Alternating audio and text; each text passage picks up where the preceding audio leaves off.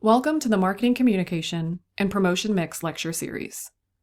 This series will cover 5 key areas: the role of promotion, marketing communication, the goals of promotion, the AIDA framework, and the promotional mix. For this lecture, we will focus on our first 4 elements, and the second video will focus on the promotional mix. The first major topic is the role of promotion.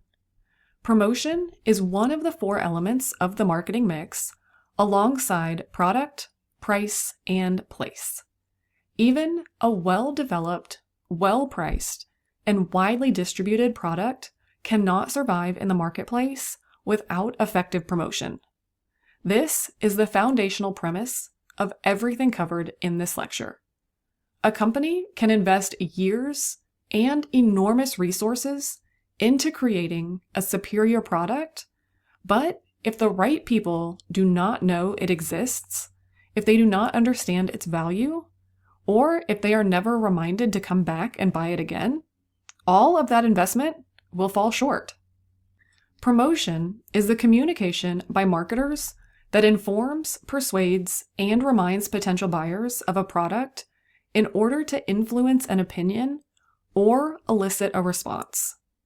Informing means making potential buyers aware that a product exists and helping them understand what it does and why it matters. Before a consumer can want something, they have to know it's available. Persuading goes a step further. It's about giving a consumer a reason to choose this product over competing alternatives. And reminding is about maintaining relevance with customers who have already been won over, making sure they keep coming back rather than drifting toward a competitor.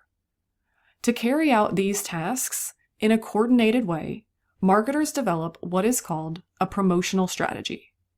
A promotional strategy is a plan for the optimal use of the elements of promotion. Those elements include advertising, public relations, sales promotions, personal selling, direct marketing, digital marketing, and guerrilla marketing.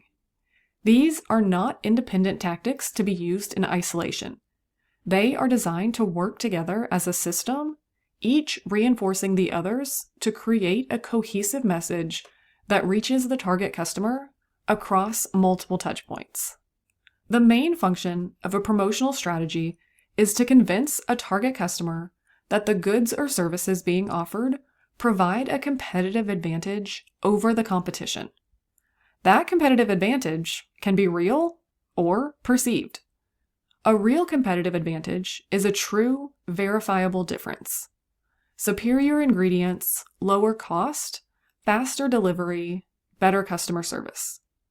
A perceived competitive advantage exists in the mind of the consumer, even if the product is not objectively different from its competitors. Marketing history is full of examples where the product that won the market was not necessarily the best product. It was the one that was most effectively communicated. Both real and perceived competitive advantages are legit and important tools in a promotional strategy. The next section moves into the concept of marketing communication itself. Understanding how communication works is foundational to understanding how promotion works, because every element of the promotional mix is ultimately a form of communication. A promotional strategy is closely tied to the process of communication, how messages are constructed, transmitted, and received. If a message is not received and understood as intended, the promotion has failed, regardless of how much was spent on it. There are 2 main types of communication relevant to marketing: interpersonal communication and mass communication. Understanding the difference between the 2 and knowing when each is appropriate is an essential skill for any marketer. Interpersonal communication is direct, face-to-face communication between 2 or more people. The defining characteristic of interpersonal communication is immediacy and feedback. The parties involved can see each other's reactions and respond in real time. A sales representative sitting across from a potential client is a classic example. If the client's expression shifts to confusion during a product demonstration, the salesperson can stop, clarify, and adjust the conversation accordingly. That flexibility is extremely valuable, particularly when the product is complex, technical, or high stakes. Think about purchasing a car, selecting a financial product, or choosing enterprise software for a company. These are all situations where interpersonal communication is critical because the buyer has questions, objections, and specific needs that a mass advertisement simply cannot address. Mass communication, by contrast, involves delivering a message to a large audience simultaneously through media channels such as television, radio, print, or digital platforms. The sender cannot observe or respond to the individual reactions of the audience in real time. A company that airs a national television commercial has no way of knowing at that moment whether any given viewer found the ad compelling, confusing, or irritating. The message is broadcast to everyone equally, and the company will only learn how it performed through aggregated metrics gathered after the fact. The absence of immediate feedback is mass communication's main limitation, but its ability to reach enormous numbers of people simultaneously is its core strength. Both types of communication have a place in the promotional mix, and the choice between them, or the blend of both, depends entirely on what the marketer is trying to accomplish and with whom. For straightforward awareness messages intended for a broad audience, mass communication is highly efficient. For complex relationship-driven situations requiring nuance and personalization, interpersonal communication is more appropriate. Promotion is not merely about communicating information. It's about modifying behavior and thoughts in specific, intentional ways. The goals of promotion fall into 4 categories: informing, persuading, reminding, and connecting. Each goal aligns with a different stage in the product lifecycle and reflects a different phase in the consumer's evolving relationship with the brand. A marketer who understands which goal applies to their current situation will make far better promotional decisions than one who treats all promotion as the same task, regardless of context. The first goal is informing. Informative promotion seeks to convert an existing need into a want or to stimulate interest in a new product. This goal is most prevalent during the early stages of the product lifecycle, specifically the introduction stage, when a product is entering the market for the first time. Think back to the discussion of consumer behavior from earlier in the course. A need is a general state of deprivation. A consumer might feel that they need a new laptop because their current one is slow. A want is the same need attached to a specific product or product category. The consumer now wants a particular brand or model because they have learned it will solve their problem effectively. Informative promotion makes that conversation happen. Without it, the consumer stays at the need stage indefinitely, unable to make a directed purchase decision. Informative promotion is especially critical for products that are genuinely new, not just new to the market, but new in category. Consider the first smartphones, the first streaming services, or the first electric vehicles. In each of those cases, consumers had to be taught not just that a product existed, but what it was, how it worked, why they should care, and how it compared to what they were already using. That is a substantial educational task, and it requires sustained, clear, informative communication. A product that skips this step and jumps straight to persuasion will find that consumers do not have enough context to act on the message. Informative promotion also establishes the product's positioning in the marketplace, the way it's meant to be perceived relative to competing products.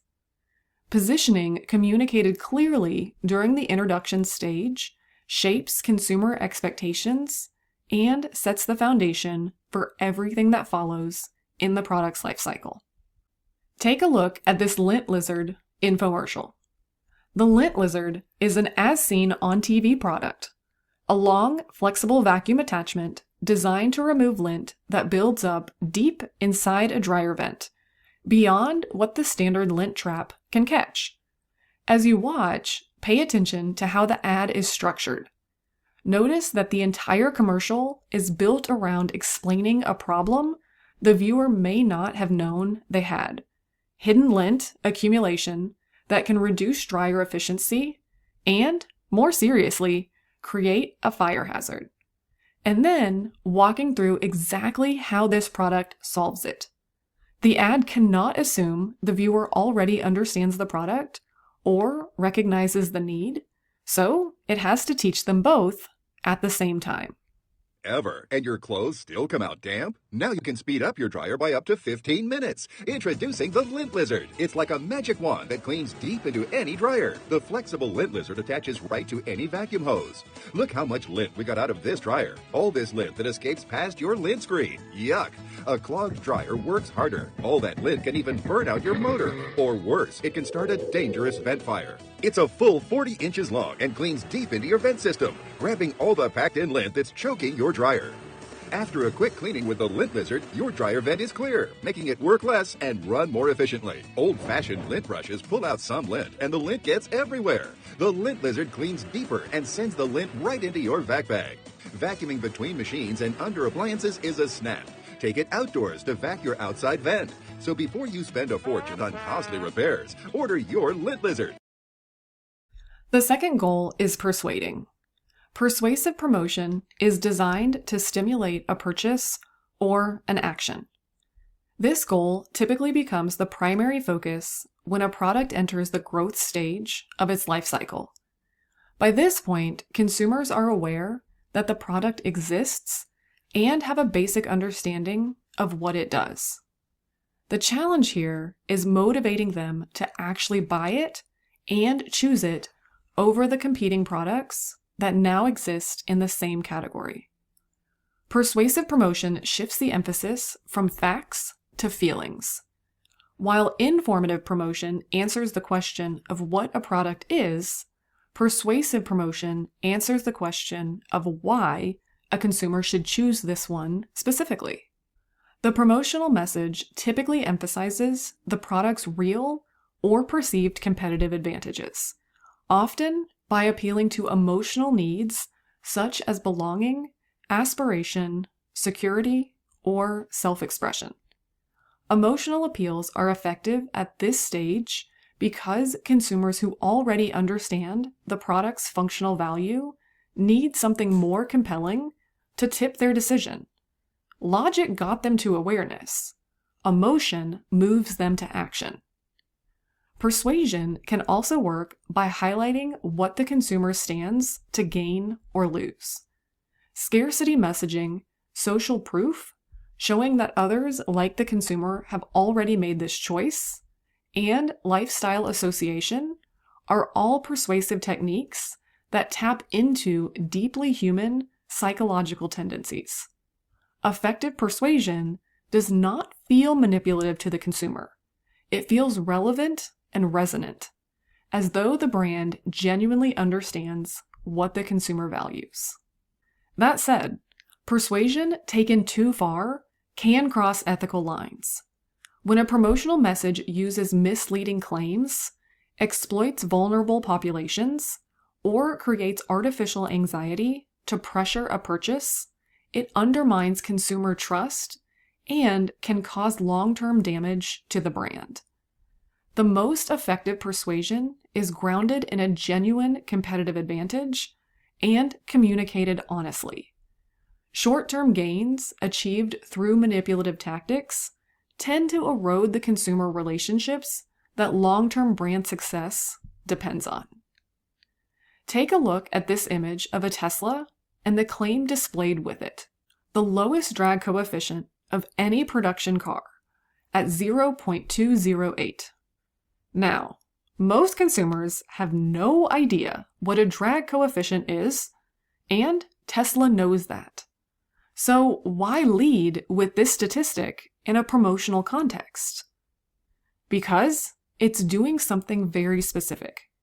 It's translating a highly technical engineering achievement into a perceived competitive advantage. Tesla is not expecting every viewer to understand aerodynamic physics. What Tesla wants the viewer to take away is simply that this car is more efficient, more advanced, and more precisely engineered than anything else on the road.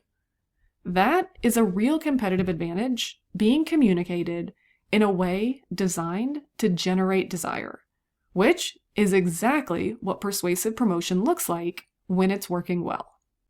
Now, look at this Uber video. As you watch, notice the ad says almost nothing about price, availability, or how the app works. Uber is not trying to explain its service here. Consumers already know what Uber does. Instead, the entire message is built around emotion.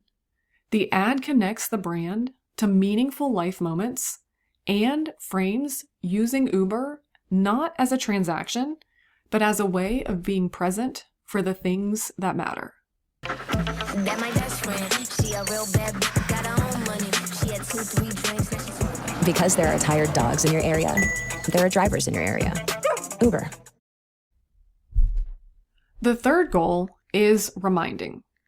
Reminder promotion is used to keep the product and brand name in the public's mind. This type of promotion is most common during the maturity stage of the product lifecycle, when a product is well established, the market is relatively saturated, and the target audience has already been persuaded of the product's merits. The purpose at this stage is no longer to introduce or convince. It's simply to maintain top-of-mind awareness so that when a consumer is ready to make a purchase, this brand is the first one they think of. This might seem like a lower stakes form of promotion compared to launching a new product, but its importance should not be underestimated. Consumer attention is finite, and it's constantly being competed for. Even a consumer who genuinely prefers a particular brand will default to a competitor if that brand stops being visible in their daily life. Reminder promotion keeps the brand in regular rotation in the consumer's mental landscape, ensuring that loyalty translates into repeat purchases over time. Consider an established brand like Coca-Cola. Nearly every adult in the United States has tried Coca-Cola and formed an opinion about it. The company does not need to explain what it is or why someone might enjoy it. What Coca-Cola's advertising does at this stage is maintain the brand's cultural relevance and emotional warmth, keeping it associated with moments of enjoyment, sharing, and refreshment. If Coca-Cola went completely dark on advertising for a year, it would not disappear overnight, but it would gradually lose ground to competitors who are still showing up consistently in consumers' lives. Reminder promotion is the discipline of never letting that happen. Another way to think about this, reminder promotion is what protects the investment made in informative and persuasive promotion. All the effort and expense that went into building awareness and driving initial purchases would slowly erode without continued reminders to sustain and reinforce the relationship between the brand and its customers. The fourth and final goal of promotion is connecting. This is the most relationship-oriented of the four goals, and in many ways, it represents the highest level of promotional success a brand can achieve. Brands that successfully connect with their consumers create brand advocates, which are consumers who are also committed to and enthusiastic about a brand that they voluntarily promote it through their own networks and daily lives without compensation or prompting from the company. When a consumer becomes a brand advocate, something remarkable happens from a marketing perspective. The consumer takes over the informing, persuading, and reminding functions themselves. They tell their friends about the brand. They post about it on social media. They defend it in conversations. They invite others to try it. And they do all of this freely because the brand has become part of their identity. It reflects who they are or who they aspire to be. That is an extraordinarily powerful dynamic that paid advertising cannot fully replicate. Because peer recommendations carry a credibility that brand-sponsored messages simply cannot match. Strong brand communities illustrate this principle well. Think about brands like Jeep, where owners organize trail rides, jamborees, and meetups, and enthusiastically welcome new Jeep drivers into the community. Or consider the communities that form around certain athletic wear brands, outdoor equipment companies, or technology ecosystems. In each of these cases, the brand has successfully created a sense of shared identity and belonging that makes the consumer's loyalty feel personal and meaningful, not purely transactional. For a marketer, the connecting goal is about fostering the conditions for that kind of community to form naturally. It involves creating authentic brand experiences, engaging genuinely with customers on social platforms, rewarding loyalty in meaningful ways, and giving consumers something they are genuinely proud to be associated with. When it works, the return on investment is extraordinary, and the brand becomes far more resilient to competitive pressures, because the consumer's attachment to it is emotional and identity-based, not just rational or habitual. The next section introduces a framework that helps marketers understand and map the journey a consumer takes from first encountering a brand to making a purchase. That framework is called AIDA, which stands for Attention, Interest, Desire, and Action. AIDA is a widely used model in marketing and advertising because it provides a clear, sequential logic for how promotional communication should be designed and evaluated. The first step is attention, also referred to as awareness. Before anything else can happen, the marketer must attract the consumer's attention. This is harder than it sounds. The average consumer is exposed to hundreds, possibly thousands of advertising messages every day. Standing out in an environment that requires creativity, relevance, or disruption, something that causes the consumer to pause and notice. An ad that blends into the background has already failed at this first stage, regardless of how good the product behind it is. The second stage is interest. Once attention is captured, the marketer must sustain it by raising the consumer's interest. This means providing content that is relevant to the consumer's needs, desires, or curiosity, focusing on features, benefits, and the story behind the product. The consumer is implicitly asking, "What does this do for me?" The promotional message must answer that question compellingly enough to keep the consumer engaged rather than moving on.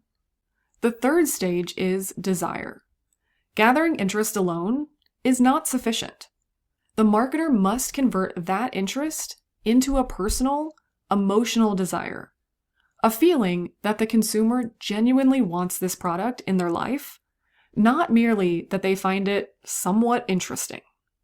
This is where the emotional appeals discussed in the persuasive promotion section become essential. The consumer needs to feel that the product is relevant to their identity, their aspirations, or their specific life circumstances. The fourth and final stage is action.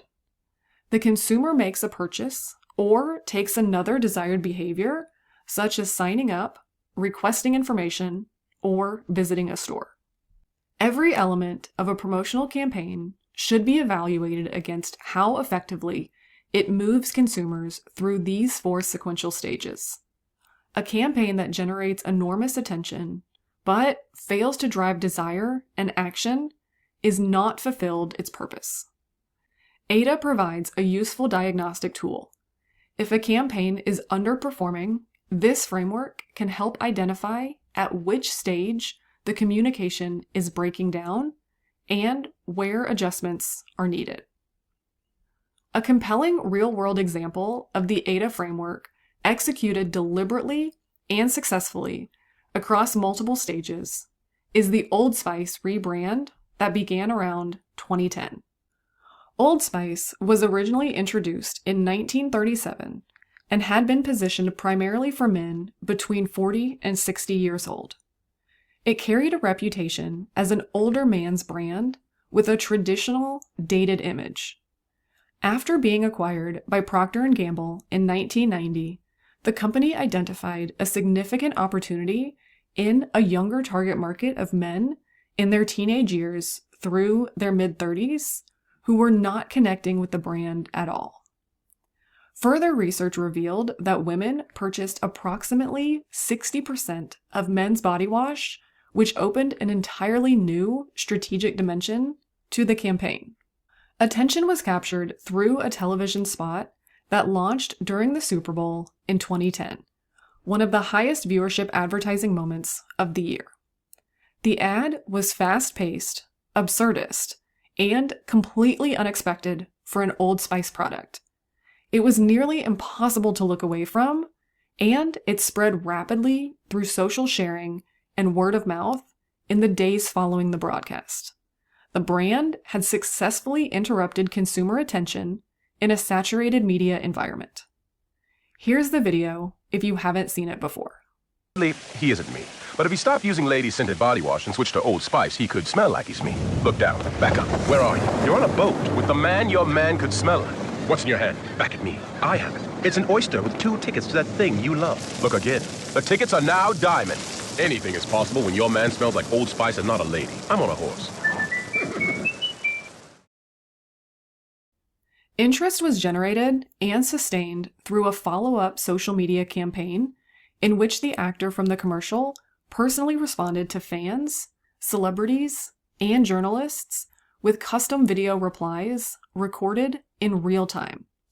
This was a genuinely novel idea in 2010, and it kept the conversation alive for weeks. Consumers were not just passively watching. They were participating, tagging the brand, and sharing responses with their own networks. The campaign gave people a reason to stay engaged beyond the initial investment. Desire was built as the campaign successfully repositioned Old Spice from a dated niche product into something cool, funny, and aspirational. Both men and women became emotionally invested in the brand's personality and identity, not just its functional product. The brand had created a connection that went well beyond the purely practical question of which body wash to buy. Action followed in measurable and dramatic terms. Sales of Old Spice body wash increased by over 125% within months of the campaign launch. That outcome illustrates exactly what intentional, well-executed Ada looks like in practice. A campaign that does not just entertain, but systematically and creatively guides consumers through every stage of the model, from awareness to final purchase. This is where we end the current video. Make sure to come back for the second video in this lecture series discussing the promotional mix.